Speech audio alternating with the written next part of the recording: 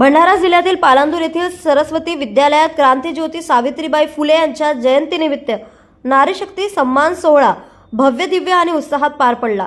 कार्यक्रमाची सुरुवात सावित्रीबाई फुले यांच्या प्रतिमेचे पूजन आणि दीपप्रज्वलन करून करण्यात आली। या कार्यक्रमाच्या अध्यक्षस्थानी तृप्ती खरवडे होत्या, तर प्रमुख अतिथी म्हणून स्वीटी चव्हाण, विठाबाई पराते आणि विद्यार्थी प्रतिनिधी स्वरांजली धनगर उपस्थित होत्या।